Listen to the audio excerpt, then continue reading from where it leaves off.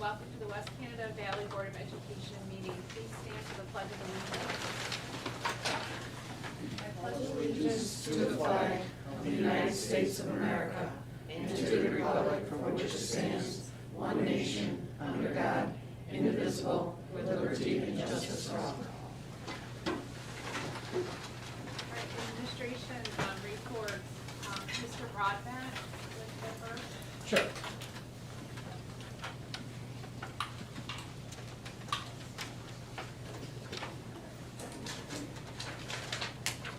Since the last meeting, we had a state support visit for the SEP. That was on January 20th. They're very happy with us meeting all our goals. The state representative did indicate that no schools will be removed from the list of their accountability status this year. So we'll have another SEP plan next year. Good thing about that is additional, SEP money. So that's a good thing. She said she would provide updates as we move through the year. We should be getting our SEP paperwork sometime in April to start writing our plan for the next school year. Under that plan, we have a lot of things going on. The extended day falls under that, and then it's paid for by that. Curriculum mapping, and then some trips and stuff we have planned for middle schoolers falls under that plan as well. And sled day, we had senior sled day the other day. We're doing a middle school sled day this week for a couple periods towards the end of the day. That'd be good to let the kids go outside and play a little bit. Continue working on curriculum maps. Each of the 4 main departments will have 2 maps done by February 28th. Math, English, Social Studies, and Science.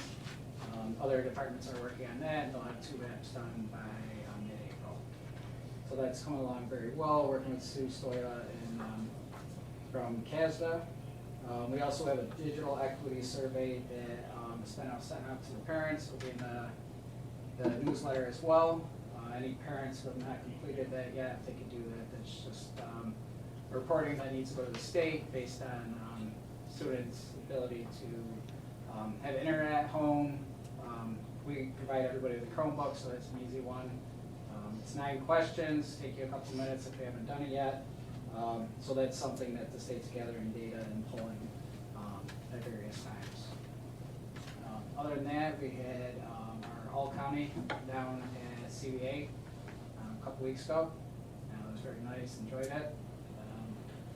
Sports teams are doing great. But that's about it for the high school right now. Any questions? Is the SEP plan because of the COVID and not being able to? I'm sorry, You said the SEP, they're keeping all schools on that? yeah, I think it's largely because of COVID. They're just keeping accountability status as where they were. I think largely it's because most of the schools were placed on the SEP because of state testing, 7th and 8th grade in our case. And we had just a partial test last year. With COVID, the accountability, usefulness of the test is questionable. So they don't really have any good data to assess whether they want to let us off and other schools off at this point. Okay. So hopefully if the test is a normal test this year, I haven't heard anything otherwise, we may be able to get off the list next year. Any other questions? Any other questions? Thank you. Thank you. So as Mr. Broadbent said, we don't really have a lot of good data to go by from the last couple of years for state testing. With the New York State test coming up, we've really been focusing for the last month on getting the students prepared for all of those assessments. We've done a lot of work with the instructional coach. We've analyzed a lot of writing samples. We've got a lot of teachers staying after school to do some of these things. And then they work together as a team, both with me and the instructional coach, to come up with plans to try to get everybody caught up and ready to go. In K2, I've been saying this right along, but we definitely are seeing the effects of this pandemic on those little ones that were home for a lot of time with their decoding and fluency skills. We've been spending a lot of time with those teachers, working on Orton-Gillingham, the multi-sensory approach across all the subject areas, especially in ELA and writing. We did have multiple teachers that attended professional development on the science of reading. during the month of January with Jennifer Satin, who's the instructional coach at BOCES. And on January 21st, we did offer virtual professional development for the teachers that became certified in Norton Gillingham. I attended that virtually with them, and that was provided by Learning Alley Early Literacy Foundation. And then on the half day, on the 28th, we spent that professional development time with grade levels meeting with me. We sat down to discuss different ways to implement some of these strategies that we've been focused on in both the whole group and the small group instruction. And again, the goal right along this year has really been to focus on getting these kids caught up and replacing any instruction that they missed during that time when they were virtual. Any questions about that? Okay. Thank you. Thank you. Mr. Ray?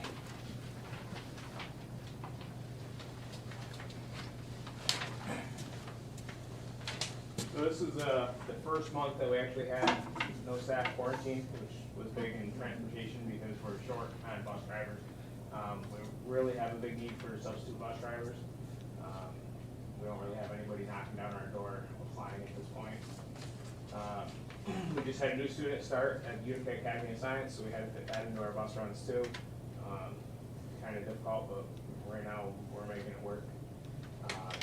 Bus is the last board meeting. I told you about the small bus, how it was pushed off again. Right after the last board meeting, they came to us near bus sales, and they're not gonna produce that bus for us.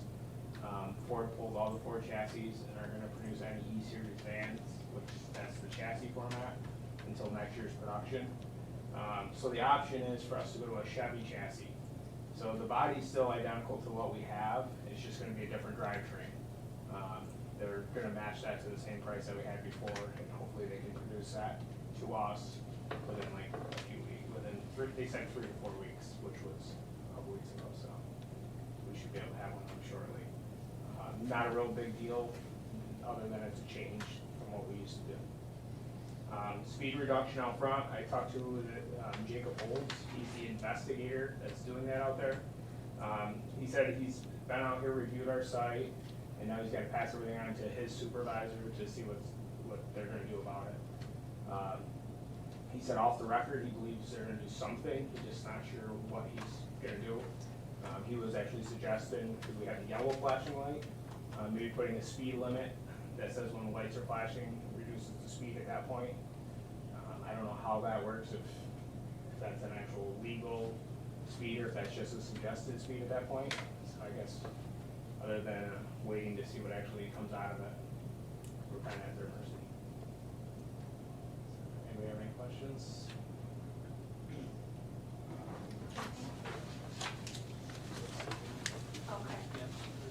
Okay. I'll just update if Gordy is down at the game playing senior down that way. Just a couple things. I just want to recognize our girls bowling team who won the sectional title this weekend. That was pretty impressive. Some of the girls are advancing on further with that, so that's great. I mentioned this to some of the members of the board here as well. Of our 9 junior varsity and varsity programs that played this winter, 7 of them were league champs of the 9, so pretty successful winter season, not only participation-wise, wins-wise, but just kind of a nice winter with them. Because they've done really well and been really great representatives of the district, I think. Any other questions? All right. Are there any other questions on any of the consent agenda items? Okay, a motion to approve the consent agenda as presented. Jessica first. Sarah second, all in favor? All right, a motion to go and propose executive session for appointment of personnel matters, including review and appointment of employees and contract negotiations. Sarah first, Jessica second? Yeah. All in favor? Just let's talk.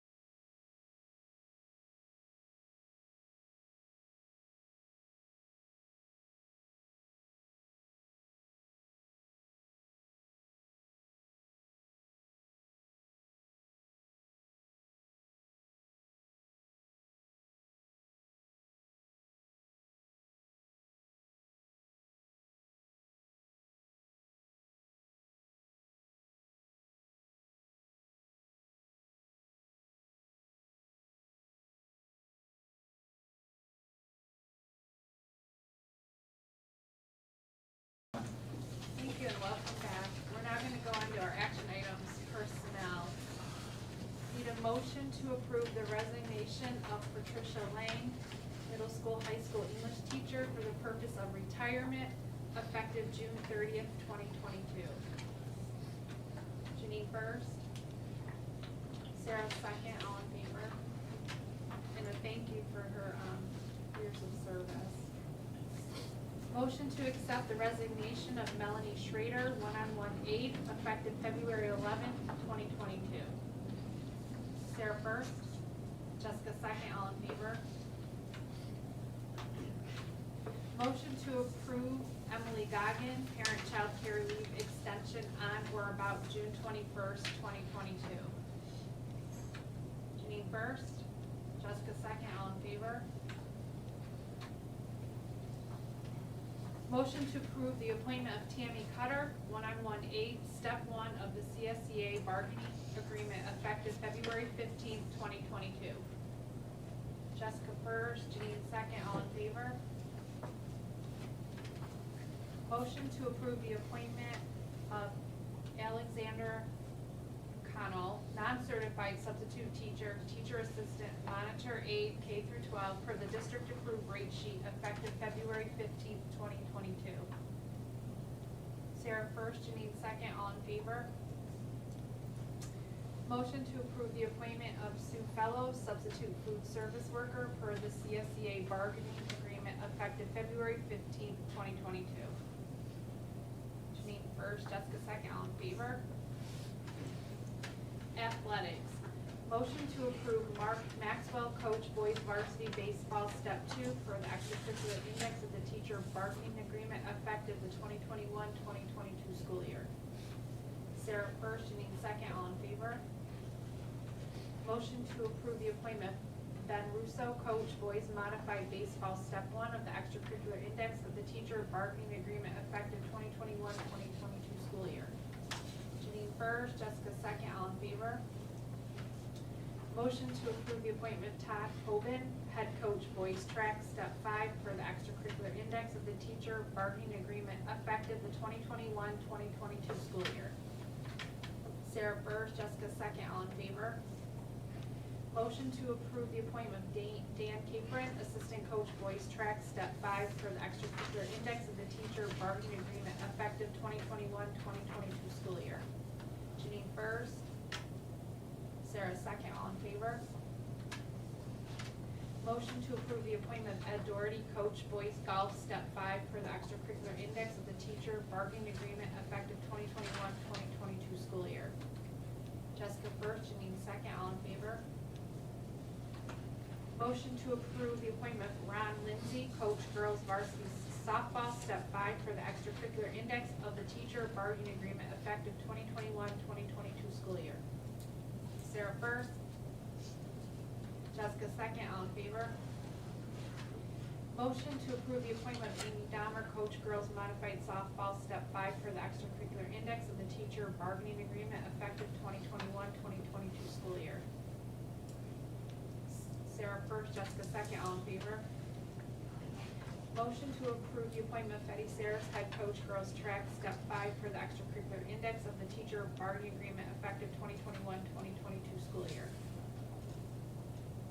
Jessica first, Janine second, all in favor. Motion to approve the appointment of Sarah Mayville, assistant coach girls track, step 2, for the extracurricular index of the teacher bargaining agreement effective 2021-2022 school year. Janine first, Sarah second, all in favor.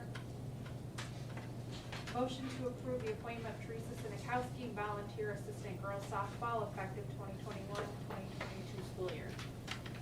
Sarah first, Jessica second, all in favor.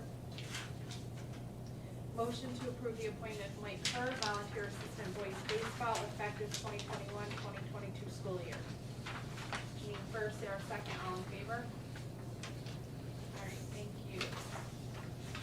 I need a motion to approve the anonymous donation in the amount of $1,500 earmarked for the athletic department. Janine first, Jessica second, all in favor. Specifically cross-country. Oh, sorry, yep, No, thank you okay. for that. All right, motion to approve the, disposal of the excess equipment that's been presented to us from the Morick. Shawna first, Janine second, all in favor? Can I just ask the first question about the donation? Yes. So what would they use that for? What, you know, was Usually it'll be something, for the kids. We'll usually talk with the anonymous donor on I whether was they're. just wondering, if they Yeah. had something in mind, or they Yeah, they'll need look through, something, or? usually it's something that we wouldn't normally buy for the kids, for that group, something like that, or toward the purchase of something that we're buying for them. Usually it's uniforms or something, or Okay. maybe something, yeah, it could be a lot of different things, but usually once the donation's approved, we'll talk with that person, or we have our athletic director talk to them and get an idea of what they thought about with their money. Sometimes we'll go whatever you guys think you need, and sometimes it'll be for something So else. you're gonna let us know what you get with it? Yeah, sure.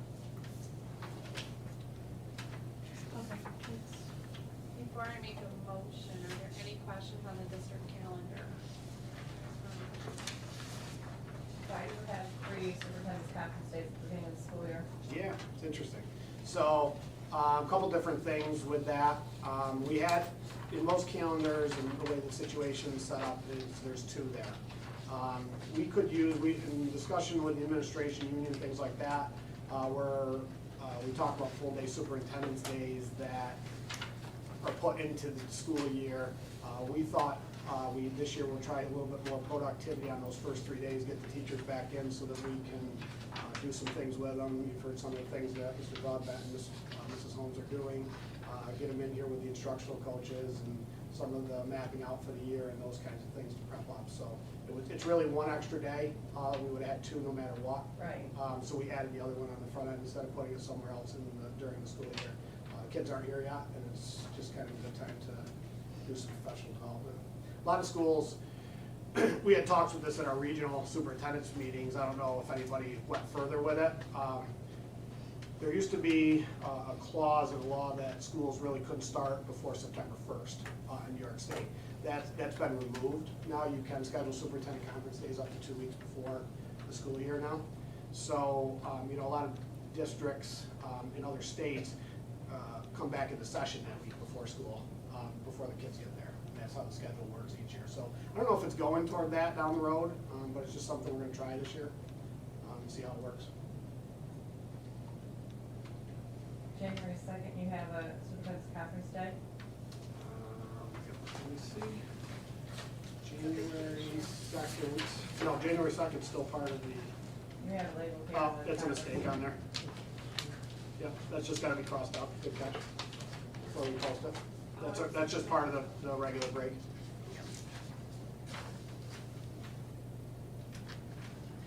I just gotta get that off there. Any other questions? The half days for elementary, the 27th of January. Yep, that's what we had this year, that's the professional development, it's a So rating that would day be for like the a rating day for high school for Yep. the regions, and then Yep. that is, half-day PD for the. you for the wouldn't call elementary. that conference day? No, really, the conference days are the 4 days, well, it would be That's 4 your days that are beginning, yellow. and then yeah, Yeah, it's just okay to call it that, you just have a half Yep. day that day. yep, yep. In your early release on the 28th of March, do the staff stay that day? Because they leave, 28th of March. when you do early release, is that just like 10, 15 minutes earlier? Nope, those are half-day, that's a professional development day, instead of having a full superintendent conference day in March like some of the schools have. Yep. I'm not gonna say anything about the parent conference days. Understood. All right, anything else? All right, a motion to approve the school district calendar for 2022-2023. Justin first. Janine second, all in favor? All right, discussion items, budget workshop 3. Okay, so, tonight we take the, sort of the next step into our budget process where we get our first really rough look at what this all looks like. The executive budget came out from the governor between our last meeting and this meeting. We'll talk a little bit about that at the end.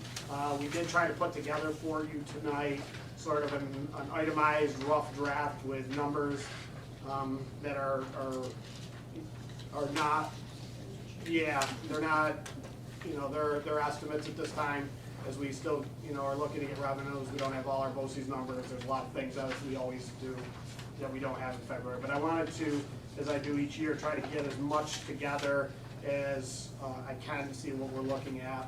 I like also to give the administrators an opportunity to talk about what that we have discussed in plans for next year, if there's any significant budgetary changes and things like that. This budget season is really interesting because we have a balance, sort of like last year, of federal money that's associated with learning loss, on top of target district money that we have coming in, that we balance of things that we're doing in here and paying with that federal money versus what we're paying out of our regular budget money. So those are additional funds that are sort of have avenues we have to take them down, but it's also broad enough that we can function under. So those are kind of the moving elements that we try to do with this budget. With all that said, we try to put it together and minimize you know, what needs to be necessarily spent out of our budget and maximize the money that's provided to us in other funding. So with that being said, I want to start with our administrators, our principals tonight, just so they can briefly talk about where they are going into next year, some of the things they see going in to their plans for next year, and then we'll kind of discuss how that impacts the budget. So to start, I'll ask Mr. Broadbent to come on up and have a discussion on that.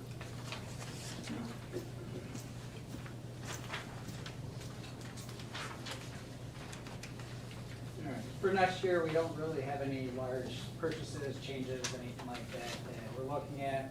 We're going to continue Parent Square, which we can pay for through the set monies that we have.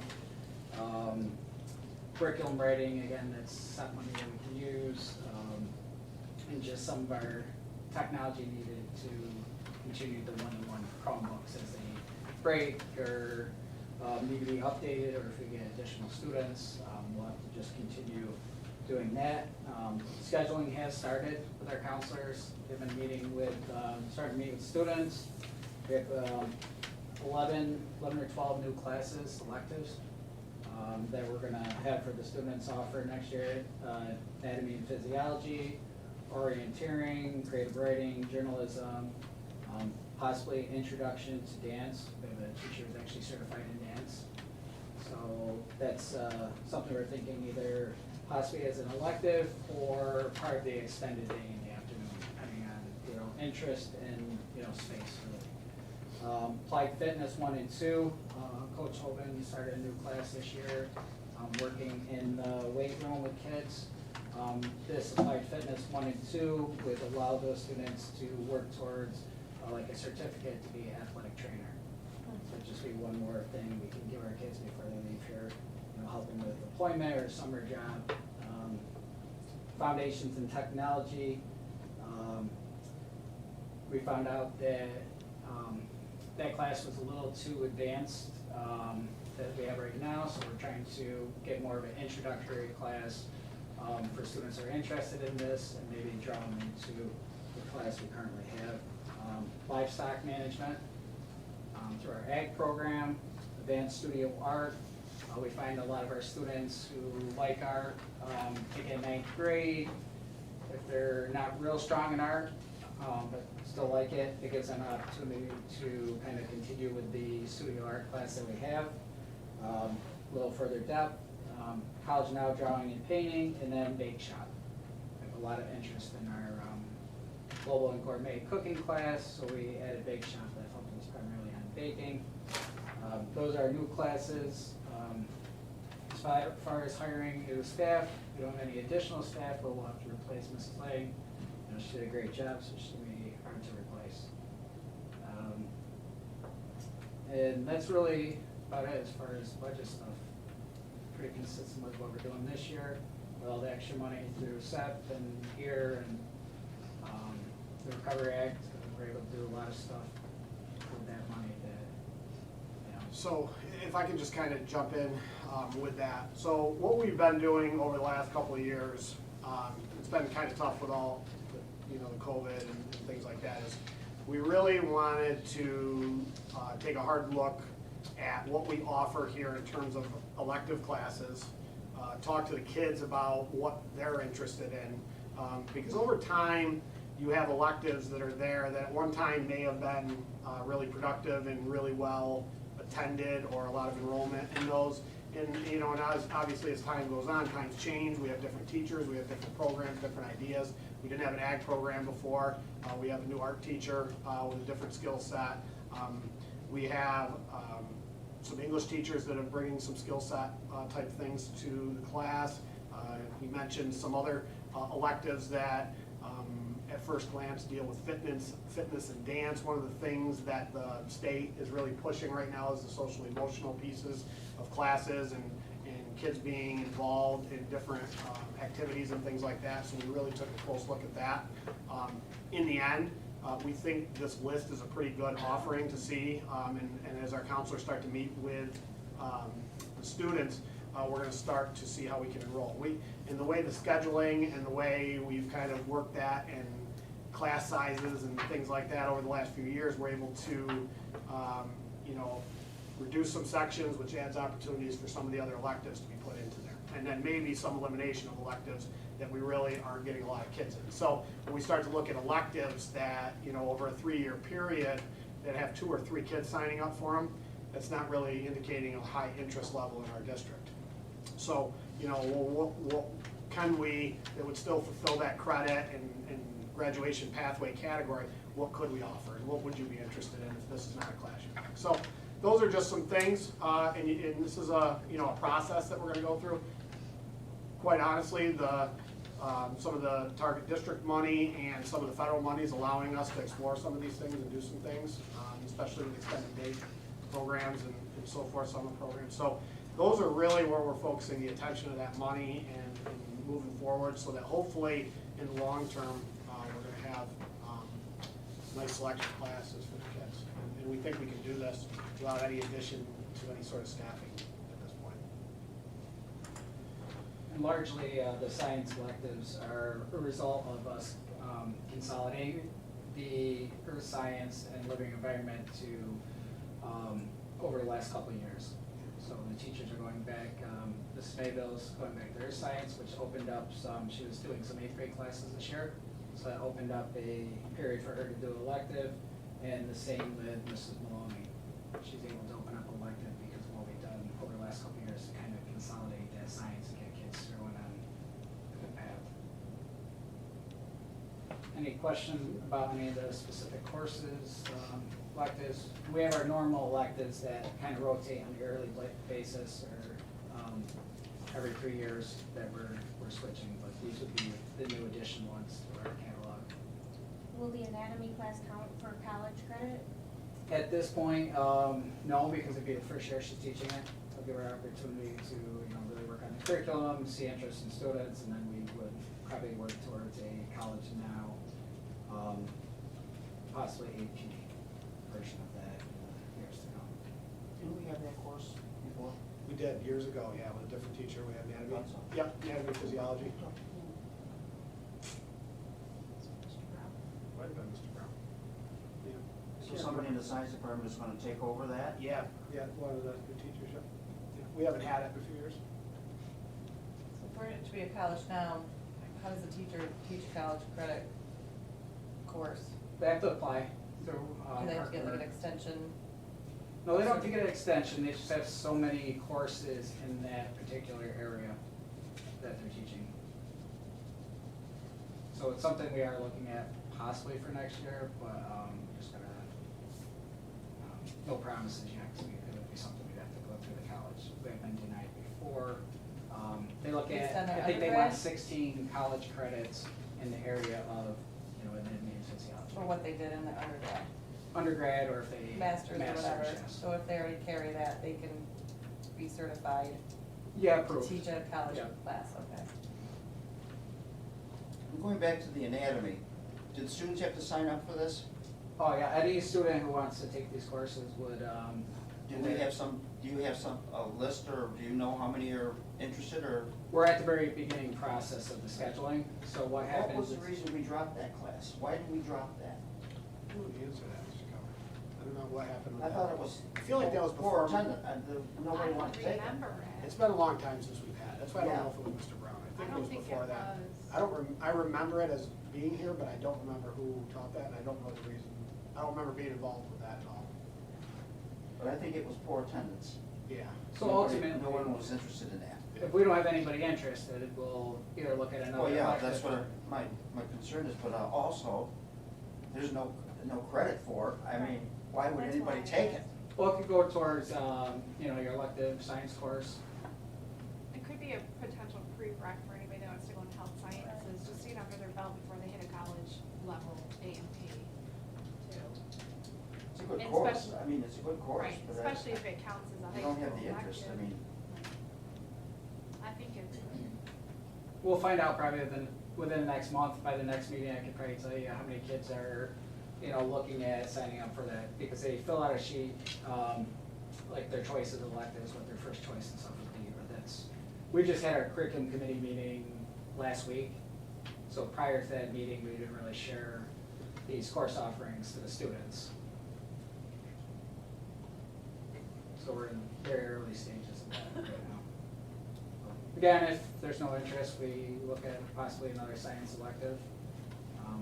If kids are only interested in college now, we definitely will push that a little harder, see if we can get her approved for that. I think that would be great, because it would help so many kids that are going into the health field, they all have to have those courses, so that would be a good one to have. Yeah, sometimes, depending on, length of, she's a first-year teacher, Yeah. so, her college would have to approve her to do that.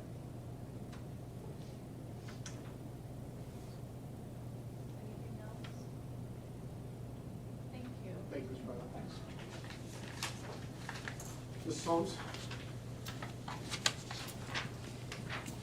So I'm not proposing anything new, no new programs, staff, or anything like that. So basically, this will be an overview of what we currently have in place and what we're currently funding. Starting with ELA, like we've said many times, we've had all the teachers update their curriculum maps. Those reflect the next generation learning standards that have come out. And so anything that we're using to support that, starting with kindergarten, they're currently using the Terra West Early Literacy along with the Journeys materials for that curriculum and the Heggerty for phonemic awareness. Grades 1 and 2, we're gonna continue with those Heggerty manuals along with the Journeys materials. The Journeys materials, if you think back, we started that a few years ago. We still have, under our contract, a couple of years of the consumables. So what we're really looking into is purchasing more of the decodable readers. What the teachers have found, we are lacking in some of those K through 2 to catch them up on their fluency and their decoding skills. In grades 3 through 6, we're also going to continue with the Journeys program. The teachers over the years have really liked the write-in readers for the Tier 2 interventions, which they do provide in small group in the classroom. And that's not part of the original contract, so we do purchase those. We're continuing math, the math modules. We get most of that stuff printed at BOCES. And we are going to continue the math enrichment classes with the math specialist in grades 3 through 6. So that position's staying in place. And that prepares them for when they get to 7th grade for those advanced courses in math. Our response to intervention, we're going to continue having in K2 the literacy specialist, and we also have the RTI specialist that's currently doing the Orton-Gillingham along with the math interventions. In 3 through 6, we also have a literacy specialist, a separate one from our K2, who will continue doing the Tier 3 interventions with the students that are struggling there. And as I said, we do have those enrichment classes for math. We do some computer-assisted intervention for the math in the classrooms. I'll talk about that when I get to the technology. We're going to continue our summer program that we started, pre-1 through 3. Last year, we did have students that were interested in some of the Orton-Gillingham tutoring in 4, 5, and 6, so we did allow that, so we'll continue that this year. And our extended day programs that we started for grades 5 and 6.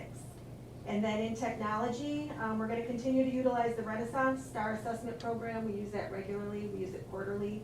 We do use those results to guide our instruction. The teachers look at the data from that, and we do the action planning from that. So that's something we wanna continue to do.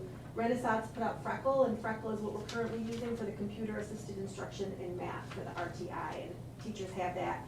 All the students have access to it in the classrooms. The teachers can go in and they can assign certain things to reinforce the skills they're doing in class. That teacher that does the enrichment program also does RTI math intervention for our third graders. She picks those up as well in her schedule. And we'll continue the Reading A to Z subscriptions for teachers. That just offers extra supplemental reading materials.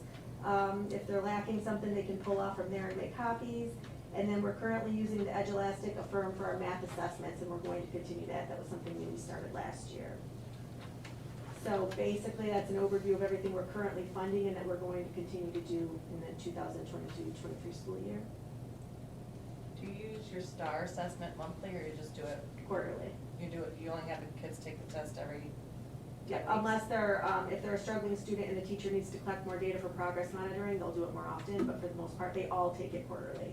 And then we look at the assessment results from there. So the ones that need progress monitoring will take it more if they need to. And the freckle thing, that's in a, Freckle is something that Renaissance came up with. which is So- under STAR. When they take the STAR, then it'll give them a level to start, and then what the Freckle does is it adjusts to that level. So that's why we bought into it this year. So if they're starting, say they're a fifth grader, they're at a fourth grade level in certain skills, once they take that pre-assessment, it'll adjust to that, and then we just have to go in and assign that, and it tells us this is what they're lacking. And just math. We're just currently using that. They do have it for ELA, but we've got so many things going on in ELA right now, we didn't buy into that.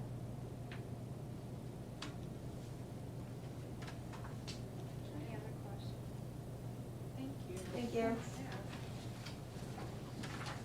So, moving on to the next piece of budgeting overviews. Mr. Doherty, as I mentioned, as an athletic contest tonight, senior night that he's addressing, he will be here next month to answer any questions you have.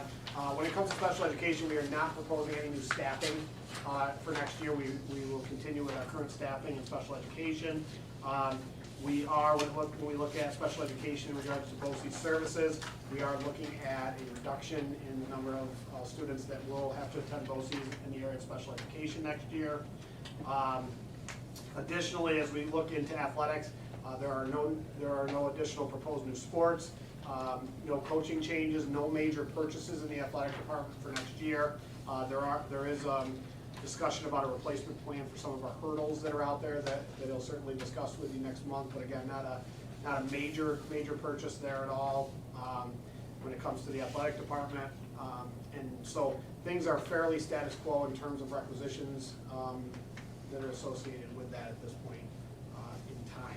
So again, he'll certainly get into some more detail with that as we go forward, but if there's any questions at this point for me on special education or athletics as we hit February, I can do my best to answer those for you tonight. Are the hurdles gonna be okay if we're hosting the meet this year? Yeah, so we're okay, but there's just, as we're hosting and we have the lanes, we need to start to come up with a plan to sort of replace some of those hurdles that are there, but yes, Okay. more so for the straightaway stuff. Our hurdles were purchased before the new track lane, so we want to try to transition our hurdles to fit our new track that we have out there. Any questions on that right now, special education or athletics? Okay, so I want to get into facilities here. I want to skip a little bit if I can here. You have a handout in front of you that discusses facility staffing. It says facility staffing for the 2022-23 school year. Mr. Ray, in a few minutes here, will just kind of discuss the equipment purchase plan that we had a discussion on last month, and any sort of updates on transportation, which I think things are pretty status quo with that as well. But I want to talk about the staffing. We haven't, as you've seen with all of our departments, we have no proposal to increase any sort of staffing or reduce staffing. But one of the areas we talked about last month was some discussion on our facility staffing and how we want to proceed both in the short and long term in this area. And as we discussed in here last month, I was asked to come back with some more information in relation to what we're looking at here and what potentially the proposal would be as we move forward in regards to our facility titles, job descriptions, those kinds of things. So I want to start this whole discussion like I did last month in saying that it's not any secret that You know, we're looking at a shortage of qualified labor in certain areas, and finding shortages in people, whether it be in transportation facilities, those kinds of jobs that are out there. So as that's grown over the last few years and isn't, you know, doesn't look to change in the near future, you know, I think that it would be prudent for the district to start to look at, you know, how do we want this to look moving forward. So last month I kind of talked about our cleaner titles versus custodian titles, and we also have a building mechanic in the building. So the top part of your paper that's provided to you is the exact same information that you got last month. As you get to the bottom of the page, you'll see where it is highlighted. Some items just to kind of discuss, ask questions about, and some thoughts on proposed planning as we move forward this year and into the next budget season. One of the things that we need to really take a look at is the area of building, the building mechanic position, which is a competitive civil service position. For years, you've had one building mechanic here during the day, and as I mentioned, you know, in the not so near future, there will be a need for that position to be replaced. One of the things I started to look at, or we started to look at, was this transition or the evaluation of building mechanics. Started to look at the civil service lists, the salary bases, the job descriptions for these positions, and what would best benefit our district. So one of the things we looked at is, you know, as we start to look at these job titles, would it be worth a discussion to potentially have two building mechanics? And I'll talk a little bit about that as we move through the sheet. As I mentioned last month, you know, should we look at people who we have hired as cleaners who are qualified to be custodians, which is enhanced abilities to do things in the building? Should we look at converting those cleaners to custodians? You know, as we have people that work in this district that could qualify under that sort of position change. If you flip over to the second page, you know, instead of replacing cleaners, you know, maybe we look at custodians. What's the benefit of that?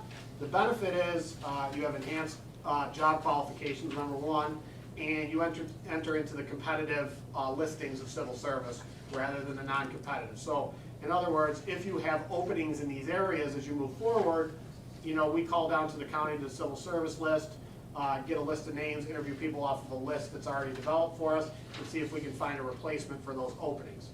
When you enter into the non-competitive range, you don't have such a list, and you're have very open-ended hiring that haven't qualified under testing and things like that to meet those needs. Not to say that's a horrible thing, but that number and supply of those type of workers is becoming less and less. It's becoming really challenging to find such positions.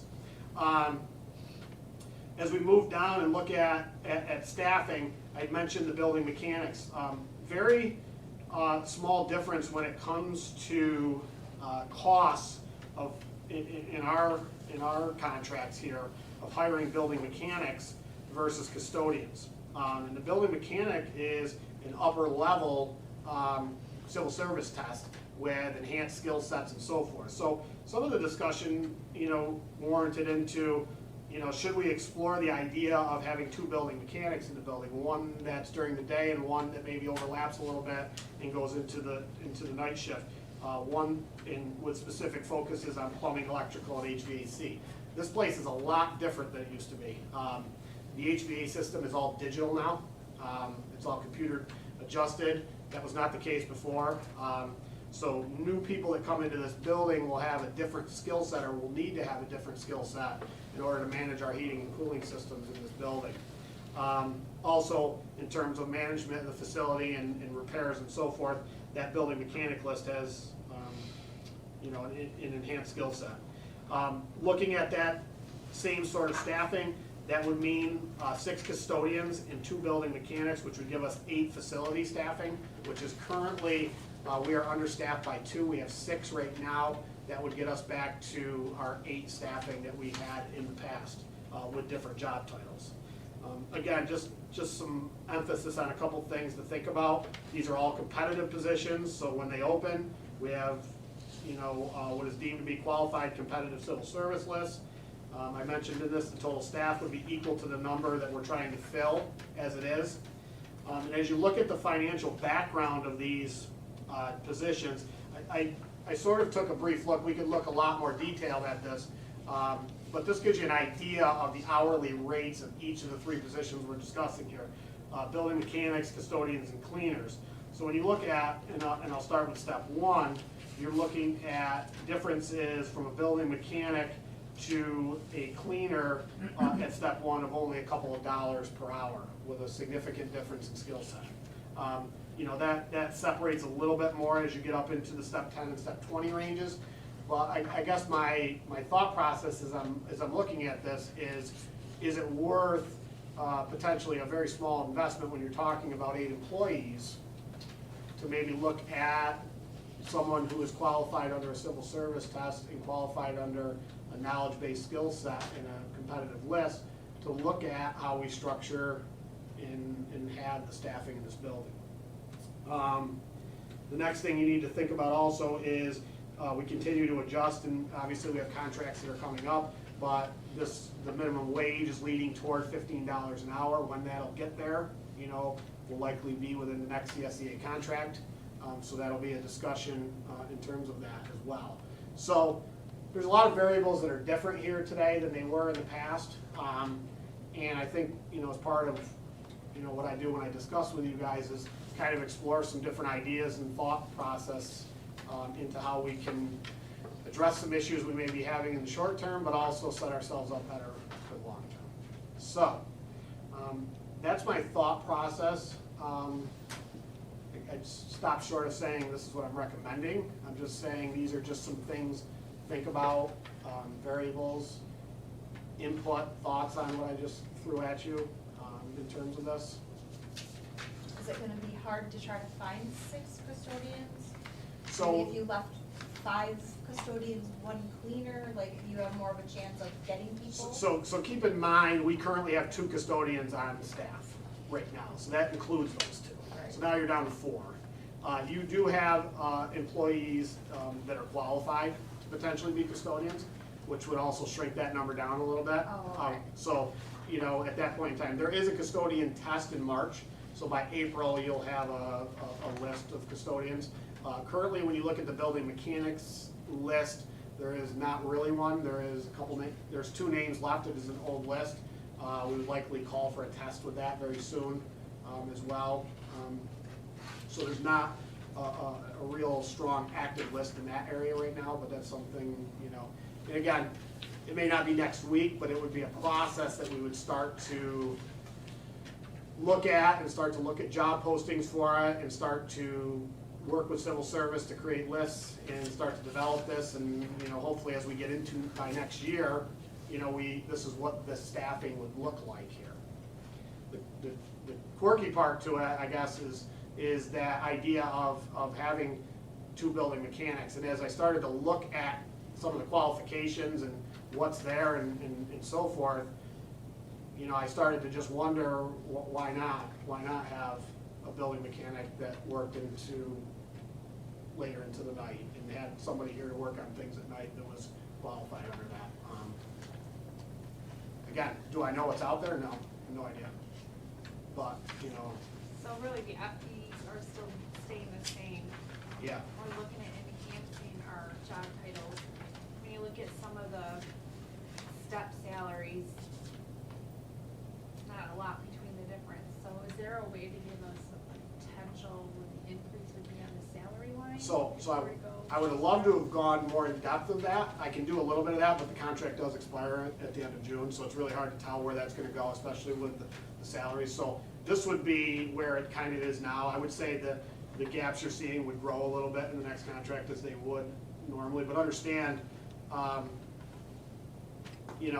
the other part of it is who are you getting? Are you getting a fresh, new, young, introductory type of person, or are you getting an application from an experienced building mechanic from another facility who comes in and has extensive experience? So those kind of things from a budgetary standpoint are interesting dynamics as to where you want to go. I mean, in a perfect world, you'd love to be able to hire, you know, somebody that's got a great deal of understanding of HVAC and computers and digital and those kinds of things, that still is able to work with their hands. So is that person out there in this world? I don't know, we'll see. Well, is there, I don't know. Mohawk Valley Community College, don't they have some of these type of courses? Yep. Of HVAC and building Sure. mechanics. Sure. See, we need here, and I've said this from the beginning, we don't need, in my opinion, suit and tie supervision of things. We need people that can work with their hands and but still have some skill sets that's able to go into a trained HVAC system and be able to troubleshoot and do some things computerized and those kinds of things. So, you know, there's all of you here have, over your projects, have modernized West Canada. So it's different now. You know, we're not going over to the heating vent and adjusting it there anymore. We're logging into the system and looking at digital graphs and things like that. So there's just a lot as you go forward. And I don't know, maybe, you know, I don't know what's out there. You hear stories that, you know, these companies and people that are out there looking for the type of workers that we're looking at, they're just not there. We'll see. But what I know is not there is a large surplus of, you know, just people that aren't on competitive lists that just apply that do that. I just think, you know, we're treading water here. People are coming in and out, leaving, and, you know, you got a better chance with some of these titles to potentially give someone a pretty good job here that's steady and secure and those kinds of things. So, I don't know. Just some thoughts going forward. You know, I certainly wanted your input moving forward on this. If I'm being honest, I'd like to move forward sooner than later. I know we're in a budget discussion, but I don't think this process is gonna happen overnight, so I do think starting to get the process in motion, if it's something that we sort of support. I know that I don't have specific budget numbers, but, you know, we're looking at an 8-employee type of thing here at an hourly wage. I would say this is fairly minimal. This isn't a large portion of our staff here. And we already have these 8 in the budget under Yeah, activities. yeah, you already do. You just would have increases in next year's budget in terms of us estimating new contracts and new titles that are a little bit enhanced in terms of hourly wages. So I don't know, maybe I'm way out there, maybe I'm, you know, it's not something that you're interested in at this stage of the game, but it's just something I wanted to share with all of you. Any thoughts?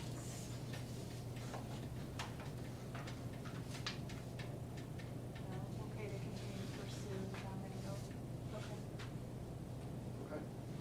All right. The last piece of this is on this sheet. If you flip over to the page 3, is our transportation. Mr. Ray referred to this, and he's here today with any questions you have on this. Driver shortages. I said when we talked about driver shortages, we're in good shape in general in terms of not needing to start this school year. We weren't where everybody else was, but we were just, you know, ticks away from getting there. We've had a couple retirements this year. We've got a few that are coming. One of the things that we're finding right now, well, let me back up a little bit. Some of the things that have changed as we've gone into this year is we've added extended day runs to our transportation. Some of our substitutes that we've relied on for many years are beginning to age themselves out of the substituting business. You know, that we're fortunate that we grab them when we can still, but to be honest, Mr. Ray probably begs them quite a bit on some of the mornings or afternoons to come down here as they're trying to get done. So we've you know, we're feeling that, and as we get we have medical issues that come up, or where people are out, or retirements that are expected, further retirements that are expected. You know, we don't want to get ourselves to the point where we're putting buses out in front of the school with big signs on it, you know, begging drivers, as you'll see at a lot of schools that are around here. So you've got some advantages here for sure. You have benefits that are paid to bus drivers here. You have trips. We have our own busing here for all of our stuff, not just some partially. You know, some schools have some buses and some contracted buses. You have them all. So for a bus driver, someone who's interested in driving bus here, this is a pretty good place to drive bus. And we do find that people are interested in coming here, okay? We do have people that would look to leave other places. We have people that are just looking to drive here. There's a lot of advantages to this place. However, what we're running into is this competitiveness is turning into shortages, where people aren't looking to substitute. There are so many full-time jobs out there. They would love to come here, but they can't take a substitute job here and sit around when there's a full-time job somewhere else. So we're losing people. So even some of the subs we've tried to hire and that we've appointed at these meetings have found jobs in other districts like Remsen and Howell Patton and some of the districts that have busing in there. So it's really hard for us to get substitutes, because if you're a sub, unless you're somebody who's retired that's just doing it, you're probably in line to get a full-time job because all these districts are looking for that. So one of the things that we've been talking about, because we have all these extra runs, and when we get into the spring, when our buses start to leave really early, like during where we have elementary and high school runs going, but we also have 2 track buses going, we're really fearful of who we're going to have driving. You know, right now we band-aid this with Mr. Ray driving, some of our mechanics driving, we pull groundskeepers at times to drive when we need to, some of the subs, if they're around and not south for the winter, are around, and those kinds of things. So we make it work, but it's becoming really difficult. And when you start to get into field trips, all these kinds of things. So one of our proposals, and we are, you know, again, this is another area where we've in the past tried to keep our runs reduced, is the potential of, you know, posting for full-time drivers right now and looking at potentially hiring 2 full-time drivers. With the extra runs that we have right now to different areas, the extended day runs, the sports trips, there's just use of them, and it takes time to get these people in, to train them, get them certified, do all the things that Mr. Ray could talk to you about before we even get them on a bus. So again, this is one of those things that's budgetary. You know, would there be a chance down the road that we wouldn't replace somebody and keep somebody? Yes. This is more of a recruitment style that says, if we post a couple full-time bus driver jobs right now, I'm pretty sure we're probably gonna be able to get somebody. So do we get started with that, get them in here knowing that we're gonna use these people, and we're gonna use them now, we're gonna need them, rather than trying to figure out subs. And then down the road, we've got people in the driving positions, and if there are retirements, we look at it and say, do we need to replace this retirement with another driver, how this will all work, and kind of play this out. So the bottom line with this transportation discussion, and I can turn any questions over to Mr. Ray, or Mr. Ray, you're welcome to say anything further that I missed. I think it's your best bet to try to get some drivers in here, because I do think if we post it and we have full-time positions, you'll get people. In reading this and hearing what you're saying, EJ, is that there's some funding from the federal, from the learning loss. We're already spending some of that money paying the substitutes, so instead of paying the substitutes, we earmark that money to full-time. There's going to be a slight increase because of benefits and stuff like that, but as it's preparing ourselves, because we're probably going to see some retirements, so we already have them in, and then we can look at doing replace that. Is that? So you're completely accurate with that. So we have ways now to offer these sort of transitions to where we want to be and not have to make final decisions on long-term decisions with this, because we do have this federal money. So because of all of the needs to have extended day, have summer programs, have all these different things, there is funding available to do these kinds of things at this point in time. So, yes. And we're taking current employees off of their current jobs to just go make ends meet on Correct. transportation. Correct. Yes, there's plenty of, Mr. Ray, how often during the week would you say you're pulling a groundskeeper, you, or building mechanic, or garage mechanics to drive? At least 3 to 4 days a week. Say that?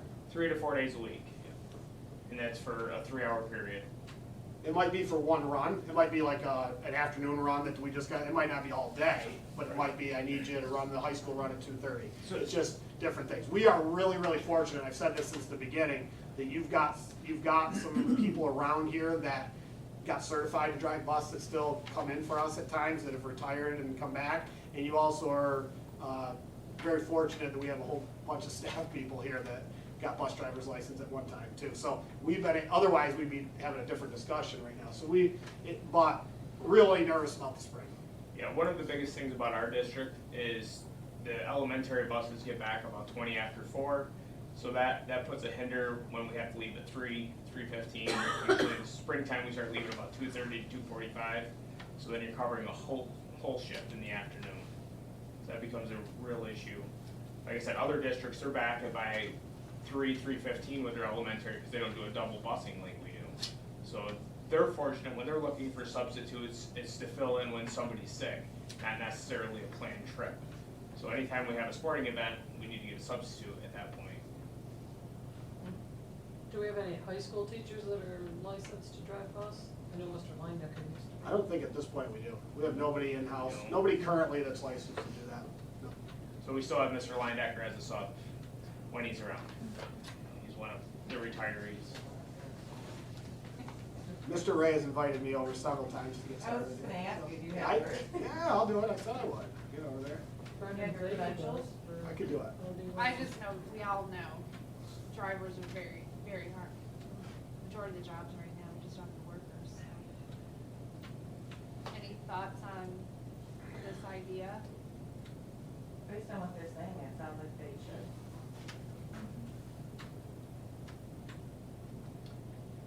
Okay.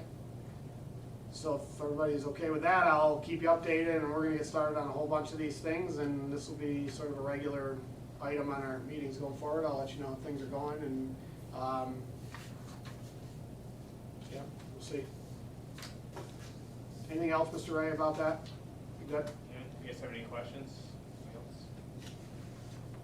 Just knowing that, rest assured, just want to make sure any additional funding for this is being covered through the federal funding.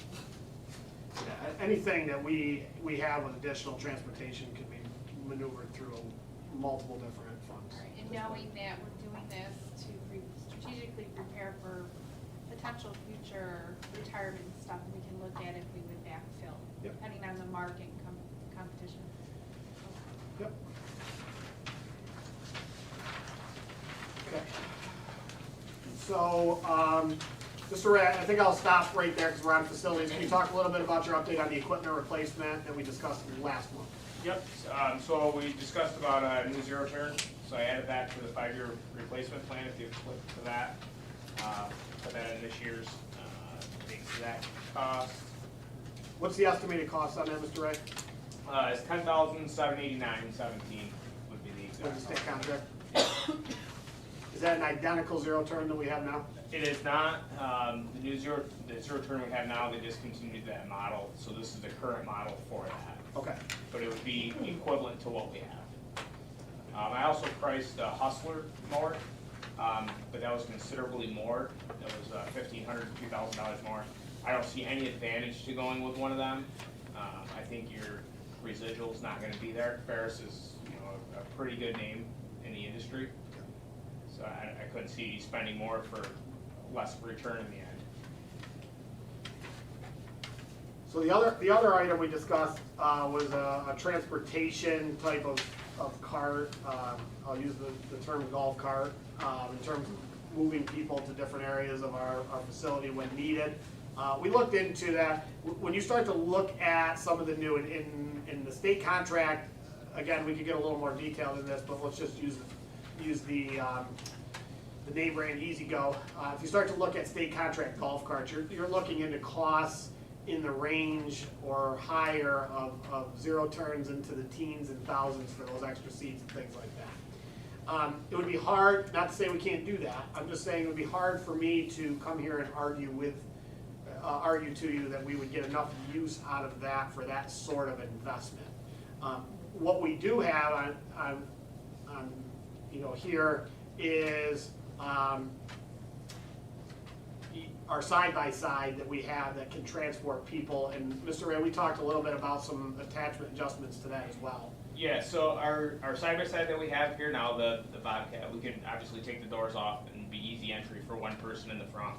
But it also has a hitch on the back that we could build a rear-facing seat off from that hitch. So we could potentially haul 3 people like you would with a golf cart.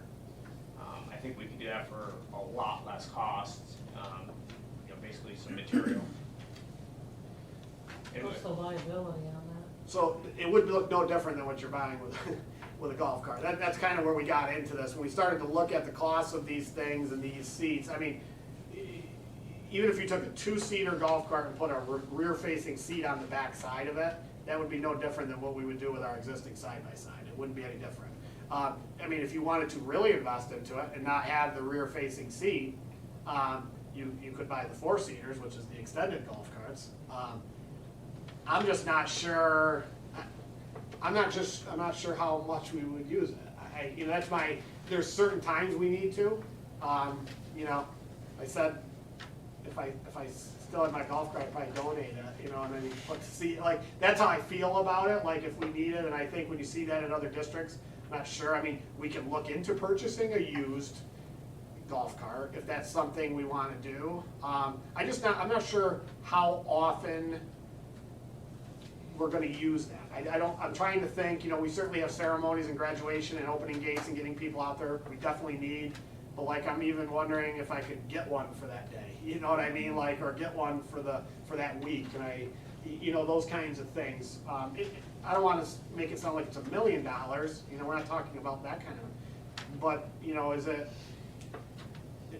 It'd just be hard for me to argue in budget and say, I think that thing would sit probably in the garage a lot of hours.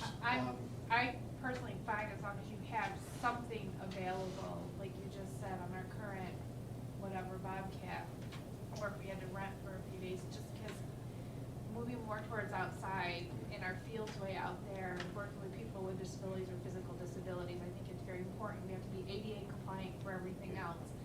I think we need to do something to provide an alternative for our guests and family that want to get carted back. Because a lot of times we close the thing, we don't want cars back there. So as long as we have something, So I don't care what. that's where kind of that came up too. So the real place where we would need to get out onto the field is during our ceremonies at the end of the year that we've been going out on the field.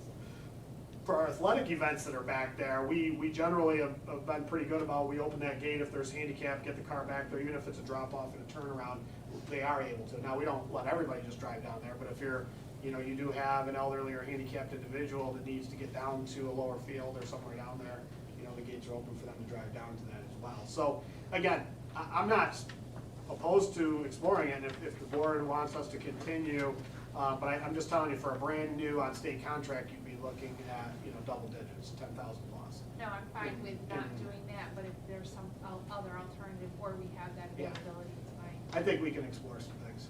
Our Bobcat now, like I said, we're able to transport one person without doing anything. So, I mean, it's not that it's that far away, so we could transport somebody, even one at a time, with doing nothing. Right. Other than having a staff member here to do that. I think that would be the biggest. What do you do to drive, like turn the key go? The Bobcat? Yeah, it's just, just a side. I've never driven one. It's a side-by-side steering wheel, gas pedal. Did you see the wall out, Bill? It's, Got the, if you seatbelt in and lock, it's got seatbelts, locked doors. our And we got Bobcat's the the same AC thing. and heat in it, Our Bobcat's the same thing as a Ranger. so.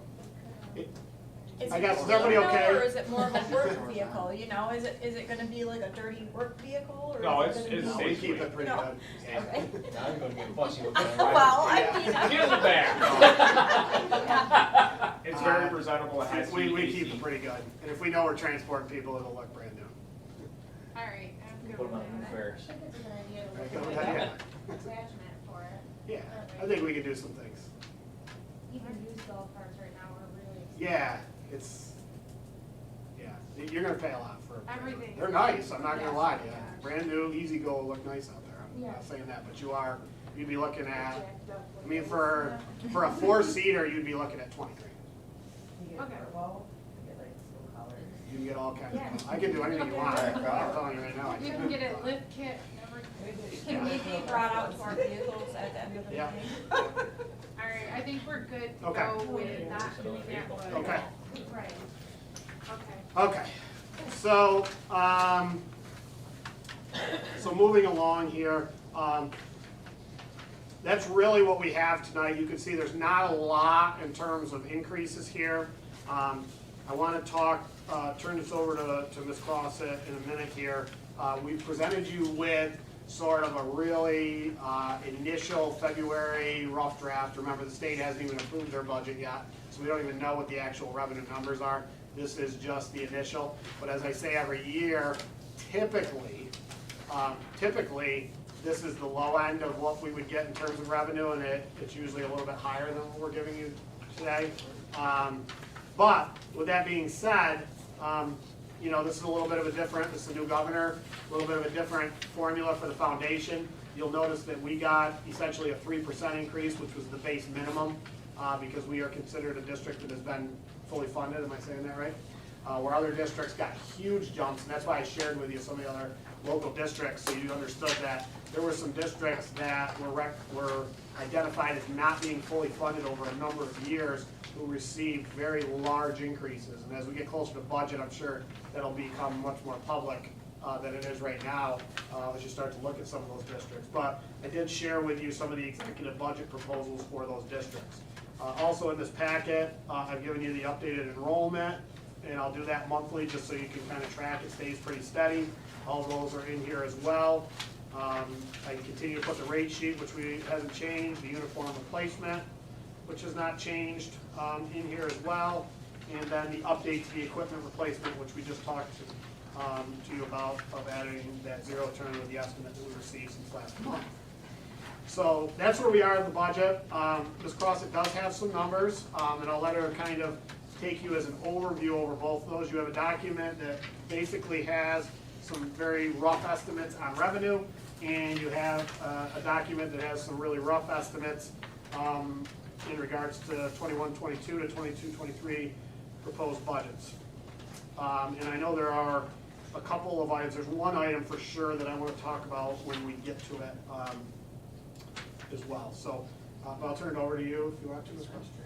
Cross. I'd start with your revenues first so they know where their money is coming from. The revenue sheet, I didn't all have some. Yes. We really didn't have a lot of significant changes. On the state aid side, the proposed budget has some increases in it. I'm hoping to have it go up a little bit more. The wind tower pilot, that increased, it's the standard. That'll continue to increase until it goes away in 31, I believe. It's the last year for that. Basically, the rest of it is all pretty much the same, all standard. Revenue on state aid, basic formula aid, there's a slight increase there. It's a little deceiving because in last year's numbers, we had an excess cost number that was higher than what they projected us to have. So it doesn't look like a huge increase, but there is an increase there. BOCES aid is driven by what we use for services. That dropped a little bit this year because we didn't have as much services. The rest of it, the textbook, hardware, it's all pretty status quo. This is based on a flat tax increase. So as we look at the, in terms of revenue and tax rate, we are at the 2% cap this year, is that correct? We can go to 2%. So your max this year is 2%. We know, we have this discussion every year that, you know, publicly, they always talk about the 2% tax cap, but the reality is, depending on a number of variables in your district, that may be higher or lower than 2%. Sometimes ours is point something or whatever. This year, we can go as high as 2% in terms of the increase. We put in this revenue 0 right now. We don't have any increase in terms of tax increase on this proposed revenue. As we get into more details into next month, you know, that's a discussion item for everyone in here in terms of how we want to attack that. But I wanted you to know tonight, at least, that your cap, and you know, I would give you no recommendation to exceed that, is 2%. So, you know, that's your range of flat to 2% that you're looking at for this year's budget season. Talk a little bit about expenditures, Ms. Crossett. On the appropriation side, basically the numbers that we have right now are salary for our non-CSEA members. Everyone else has settled contracts. I marked them off, you go down through the list.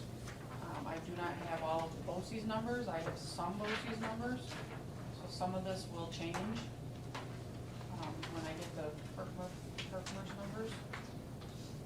It's basically just general cost increases for expenditures. If you look on page 3, you'll see that we had a big reduction in the maintenance equipment because of the truck that we purchased this year. That took out $30,000. So I put the zero turn in there for the 10,000. Fuel prices, I upped that a little bit.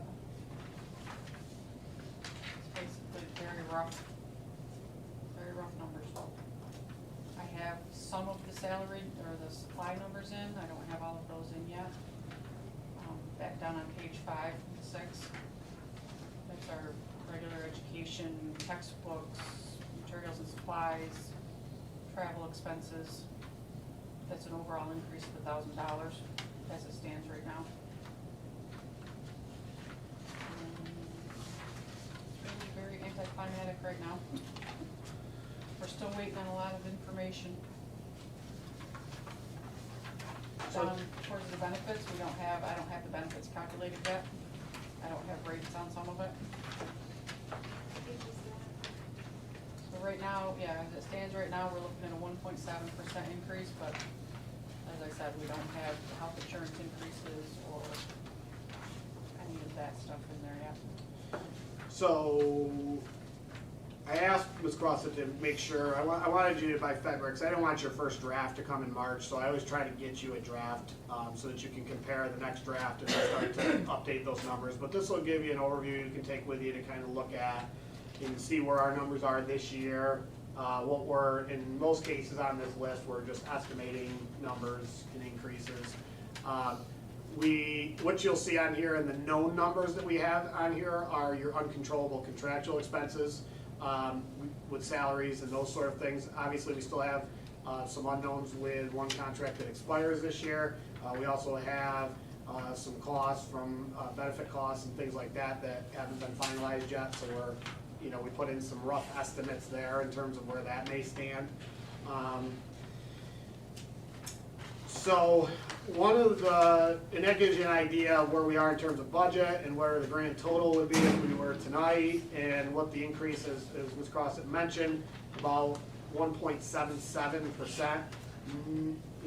That's again just a guesstimate at this point, but you can see that everything in terms of our revenue, our appropriations, and not a lot of increases. I would expect this to be a pretty stable budget, where we're discussing a few things that maybe we want to look to increase or decrease to try to balance this off. There's a few things, depending on how the official state budget comes in and some of the benefit costs that we may need to adjust as well as we go into this. You'll also want to discuss your revenue side and your tax increase. We were flat last year. Do you want to remain there at this point in time? We'll talk more about that part of it. One of the things that I did want to discuss with you, and Ms. Cross, I forgot to ask you this earlier, what is the cost of their NSBA membership at this point? Do you know what the cost of that is, approximately? About $6,500. Okay. New York State School Board? New York State School Boards is $6,500 a year. So I just wanted to bring that up, and just you pay that annually, okay?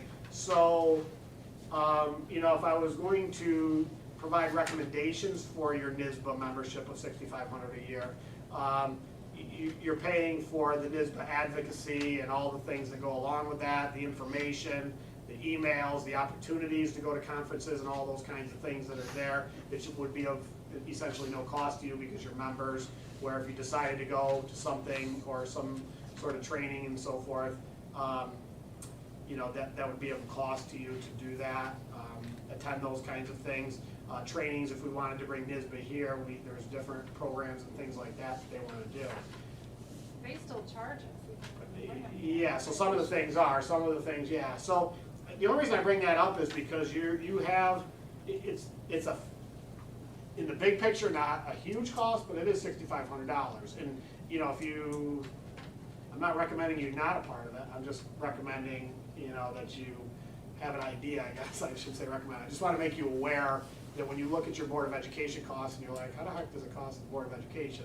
A big chunk of that is the NISBA piece of that. That's So, the miscellaneous line, is it on- third line down. Yes. So just, you know, again, I think it's a valuable organization. I think it offers great resources. I think it advocates very strongly. It's a very powerful organization to be a part of and to, you know, have that information at the state level. You know, you're also part of the Rural Schools Association, which is not a board-related thing, but, you know, we're part of a group that advocates for rural schools right now. That we pay for as well. That cost is, you know, down. That's the balance of the 7,000. Yeah, so, again, just something to think about as you go into March, when we start to, you know, those line items would be in there for you. They've been in there for many years, but I just want you, you know, as we start to make these numbers a little bit more concise and more accurate for you, that's just one item that I know. We've talked about this before, and sometimes I'll forget to talk about it, but I just want to bring it up to you and make sure that you're aware of that, so. Anything else on this draft? And, you know, I can't stress that enough, you know, if you're looking at specific numbers on here, you know, there's, other than some of the contractual salary stuff that are accurate, because we pretty much know what that's going to be, based on our current staffing. So the rough draft is the revenues at 17.8 mil. Yes. But right now, our rough draft of expenditures is at 19. Yep. That would be a 1.5 million fund balance. Yep. So we allocate. Okay. So we, Which is about what we've yep, been doing. yep, Which is what we've been yeah, doing. we try to stay pretty steady with that. Okay. Can you just remind me what the travel is? Say it The again. allowance for travel? Conferences, they mileage if they go to a conference or if we have to pay for a I conference. think it's part kind of of like it. obsolete now. What's that, for staff conferences? Oh, Going no, I think anywhere? she's board travel. You talking about board ed No, travel? I'm talking about the staff.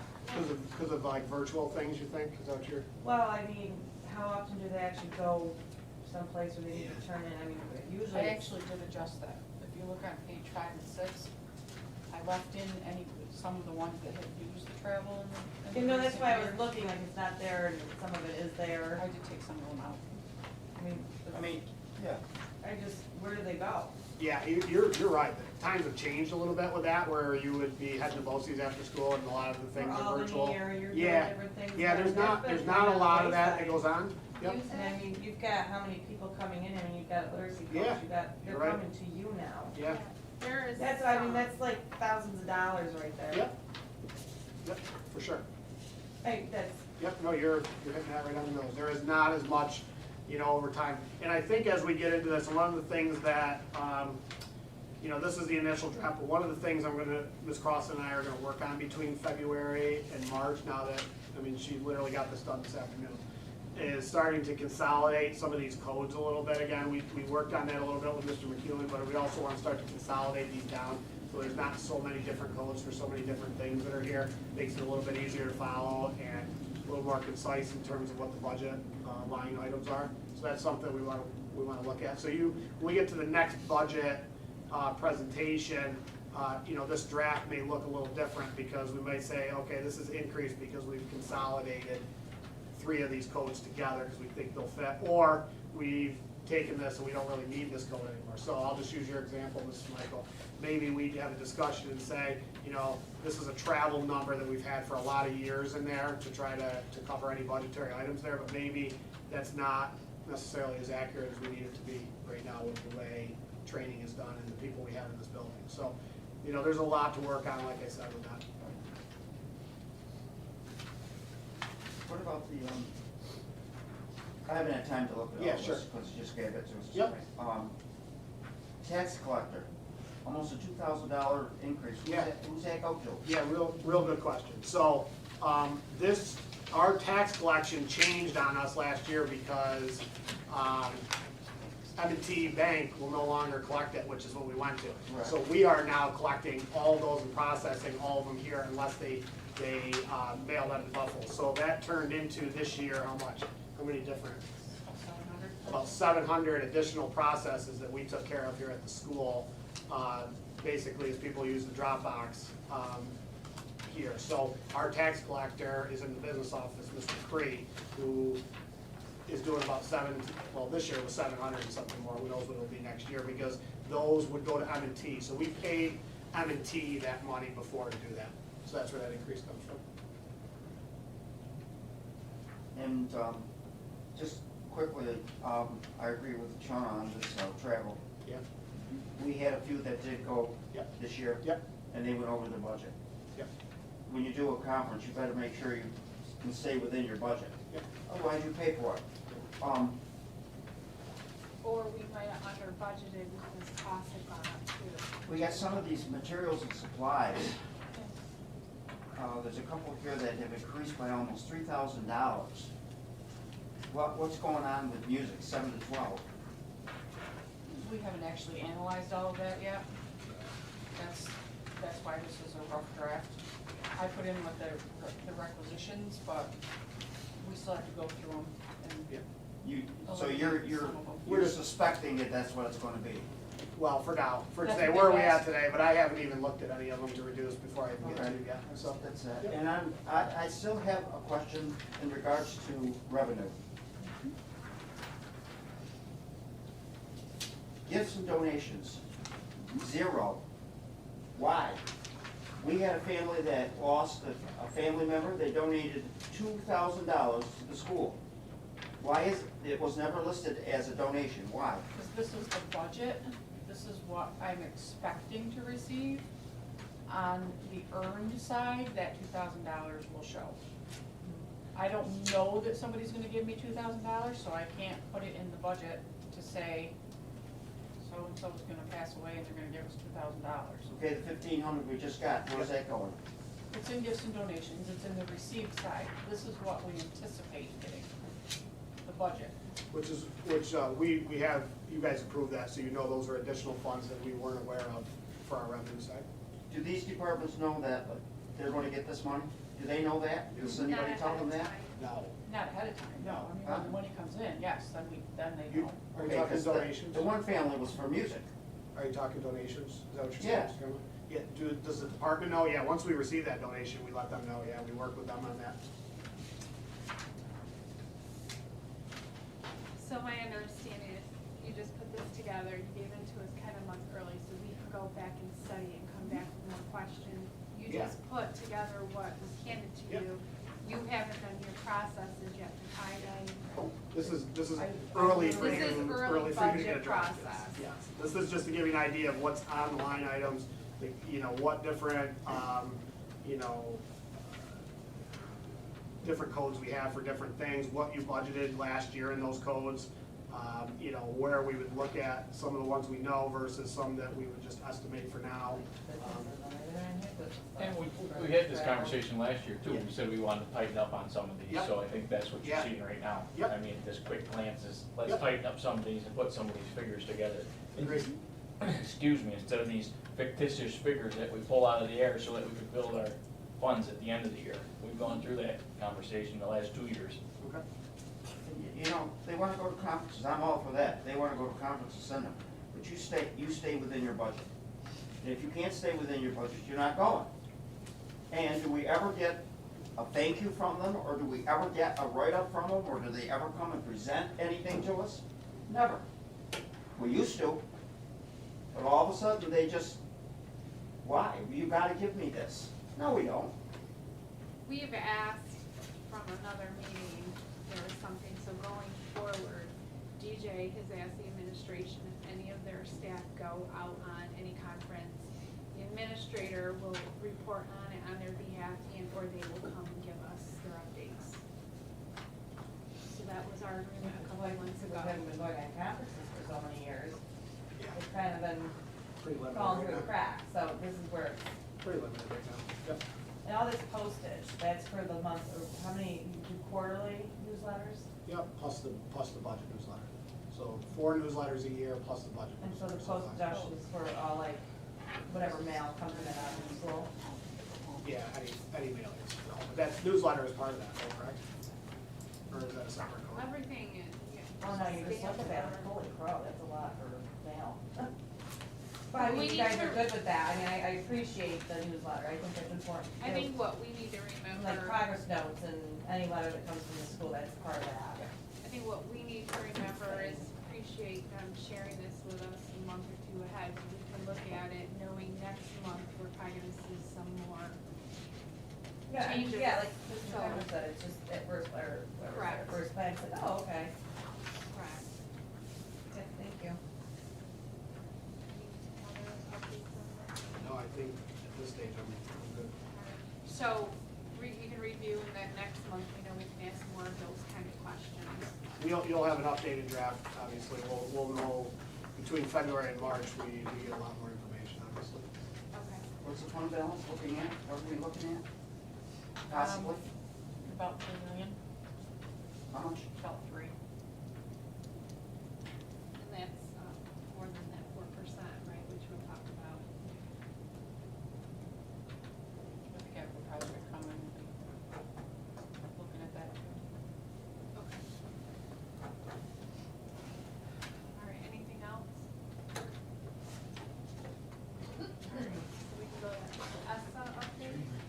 Yeah, so Mr. Broadbent basically updated you on our process with the ESSA update. I just want to, add to what he said, and I kind of talked a little bit about this already, but the federal rulings that came down within, the last week is basically, the state put in and said, you know what, you've had some of these schools that have been working really hard on what they've been doing along with all the COVID.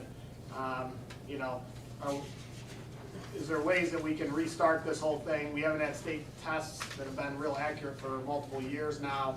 They have no way, districts that are identified have no way of getting off of this based on this.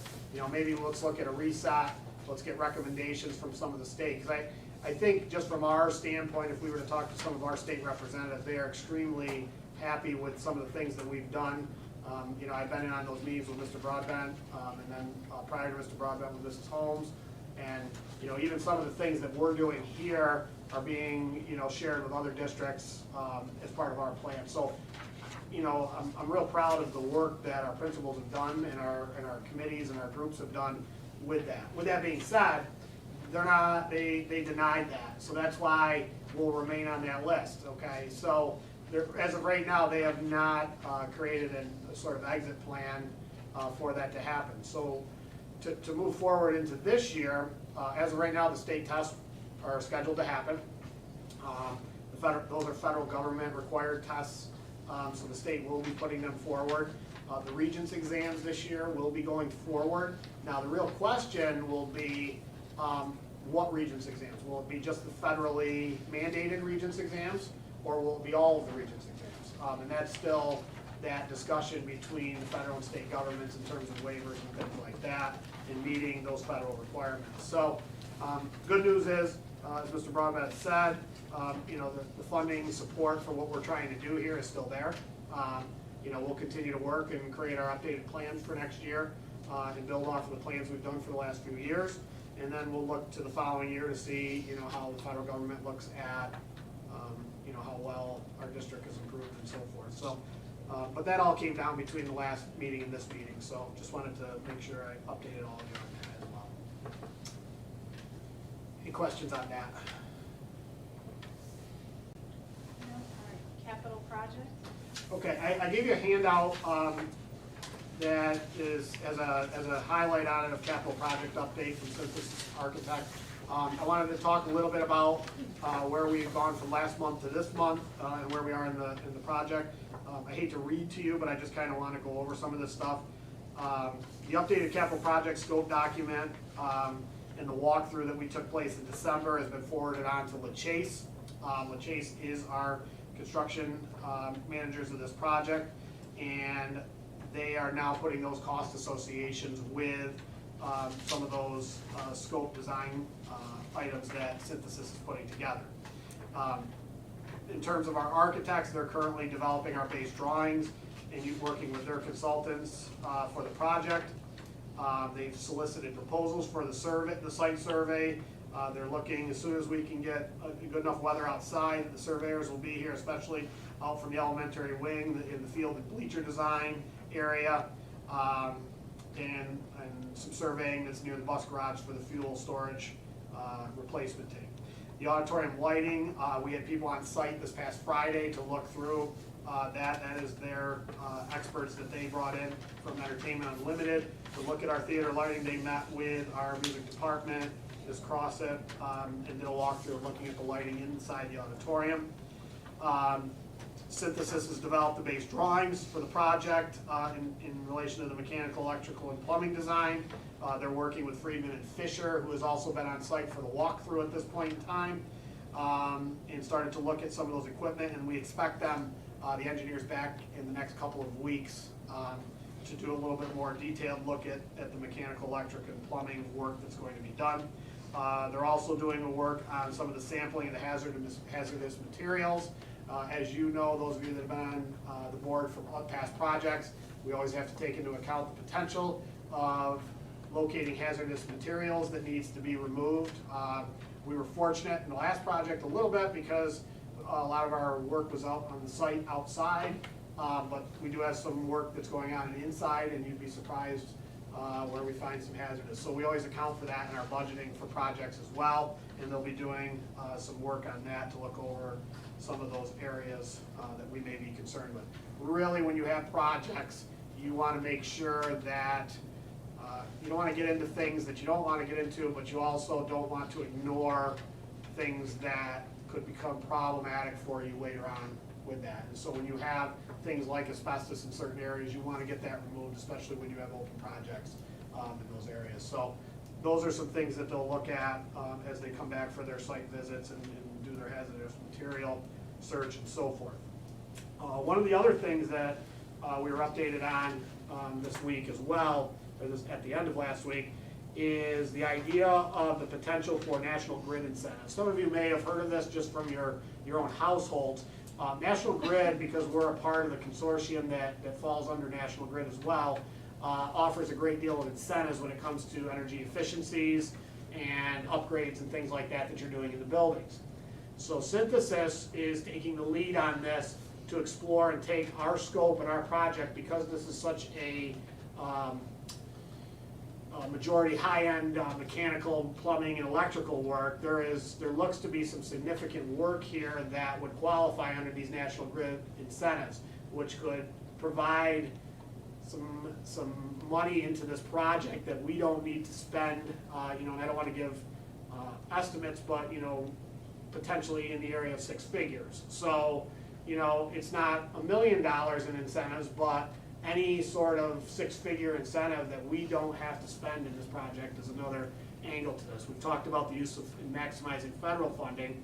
If we get on top of that some National Grid incentives that go along with this, that's additional funding that's not part of what we have to pay out of pocket or anything we have to do with borrowing for this. So these are all just kind of good things that we build on through the project to try to maximize the money available to meet all those scope items and impact ourselves as a district and the community as minimal as possible. So just to kind of summarize that, I expect the engineers to be here in a couple of weeks. I expect the cost associations to start to come in over the next couple of months to give us a little more defined idea of that. And then as we get closer into the spring, I expect us to potentially get together and start to talk about some specific design things that you want to have, whether it be the bleachers and carpeting and different specifics and colors and anything that we have that's associated with those kinds of things. Any questions on the capital project at this point in time? Anything I didn't cover that you're thinking about, or any discussion that you'd like to have on that tonight?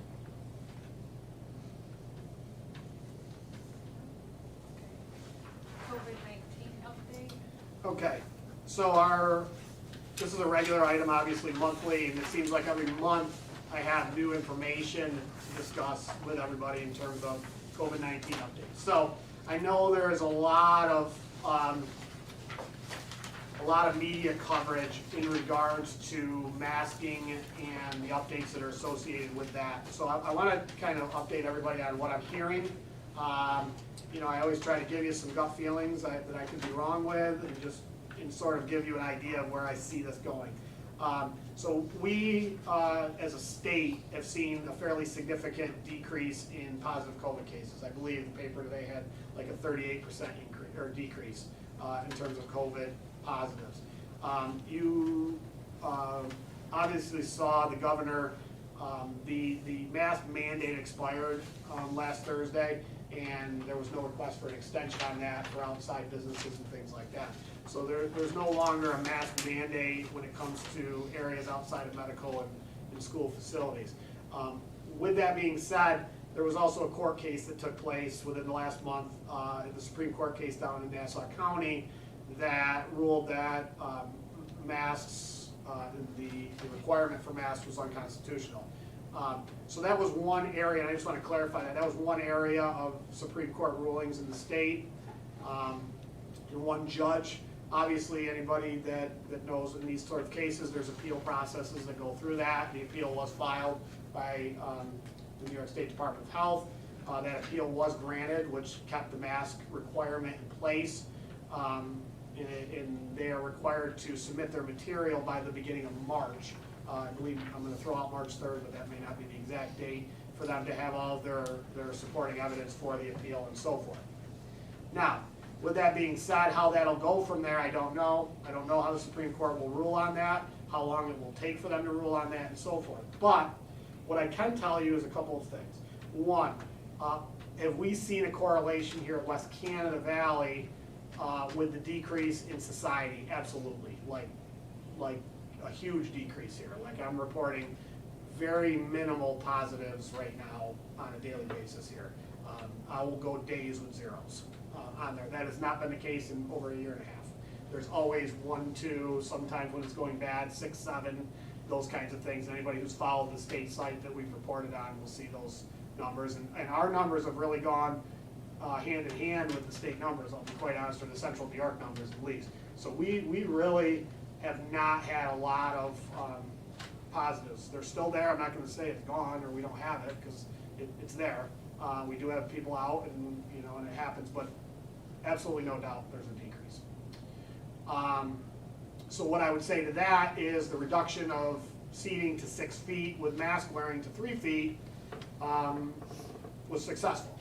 What it's been successful at is keeping the kids in school, keeping staff here, allowing vaccinated to remain in school, less staff loss, less quarantines, very little remote instruction taking place here. So all those directions continue to move positively, and our numbers in terms of sickness, which is the most important numbers, are really, really down. So that's the story here. Now, what's the story at the state level with mask mandates? So here's how I see this.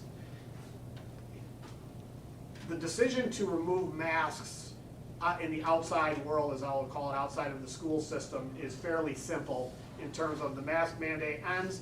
You have the option to wear masks. If you go to a store, a business, a restaurant, wherever you're talking, that's up to them and up to the individual themselves, which is what everybody, I think, is in some ways a lot of people are pushing for. With the schools, it's a little more complicated. And the reason it's complicated is a lot of the current Department of Health rules are based on mask wearing. So for example, if right now I have a student or someone that's 3 feet from another student and they're in close contact, but there's proper mask wearing going on and so forth, we don't necessarily have to send them home. How is the state going to react to that sort of next step if they remove the mask? So it's one thing to say masks no longer are mandated in schools. My next question to the state is, okay, we're 3 feet apart here and I got a positive case, how does that impact the student or staff member that's 3 feet apart? Because right now, I keep them in school because you're letting me do that based on the spacing and the masking. If you don't do that, I don't want it to turn into now you have to quarantine, because all that's the positive cases are still going to be here. So I don't want that to domino into quarantines as well. Right now, we're keeping kids here because of the requirements of the mask and things like that. So, with that being said, I think the state, and if I was speaking with them, I would say, listen, and I think they understand this, there's multiple facets of that happening. And I hope that they understand that not only do we make a decision on whether masks are optional and the mask mandate's been lifted, but all the other requirements over the last year and a half to two are also impacted by that. So how are we addressing them while still keeping students and staff in school? And if they've got a good answer to that, and they've got that planned out, then you know, that's good. So with this district themselves, one of the things that I want all of you to think about is this. We have from the very beginning been very good about keeping this on there, keeping up to date on the requirements, and not extending our powers here, basically following rules and following safety rules and recommendations and so forth. And if the recommendation comes down that mask wearing is no longer mandated, you know, at that point in time, the discussion item then falls on you. Well, right now it's not. So right now you have no decision in that. And whether others think that's the case or not, it's not true. I don't have a decision making, you don't. However, you'll see this with businesses and so forth, that when the state decides that mask mandates are no longer required, they then turn that power over to individuals with the however. If your district wants to continue to do that, you have that authority to do so. Whether they do that or not, I don't know. But my recommendation or the discussion item I would say to this is you have been consistent in following that. So if the mask mandate were to be lifted, would we want to remain consistent with that and saying that the masks are that optional at that point in time? Is that something that anyone in here is concerned about, continuing to follow the regulations that have been released by the Department of Health? I say go optional if the parents want them to, have parents make that decision for their child. Yeah. I'd say we follow what's mandated for the school and go with what they tell us and what they have been telling us. Any other But they are side gonna- discussions that? They are gonna have to make some concessions, because, you know, right now, a lot of us that work with this have to base on quarantine and isolation based on all the criteria. So if they rip the masks off, they need to also lessen up on all these criteria for isolation, quarantine, and just kind of go back to it. So I bring this up because, you know, my idea behind this is that we've been very supportive of the safety measures. And if those same safety experts are now saying that it is no longer is now optional to wear masks in there, I think, you know, as a district, we continue to follow the advice of those medical experts and create that scenario as well. I bring that up tonight because, you know, I said that I would say where my gut is. My gut is that we have February break coming up, and the appeal will take place at the beginning of March, which will buy a couple of weeks after the February break. And if numbers stay low, I would not be surprised if the governor relieved the mask mandate sometime in mid-March here, in the first 2 weeks of March.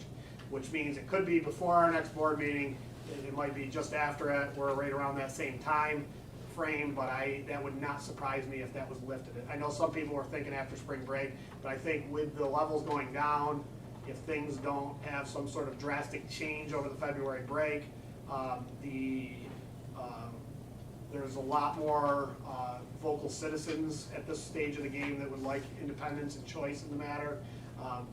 It would not surprise me if in the next few weeks here into the middle of March that mandate is lifted in schools as well. So I just want to make sure that we're all on the same page, that if that is the case and that does happen, that we would move in that direction as well. Other than the mask discussion at this point in time and the update on the health pieces and safety pieces, I think things continue to go really well here. This is probably the best in terms of COVID versus education, and that battle we've had, this is the best we've had at this stage of the game. So I'm happy with that at least. Any other questions on that? All right, for announcements, midwinter break is February 21st and 25th. Our next board meeting is March 14th. And do we have any public comment? Any questions?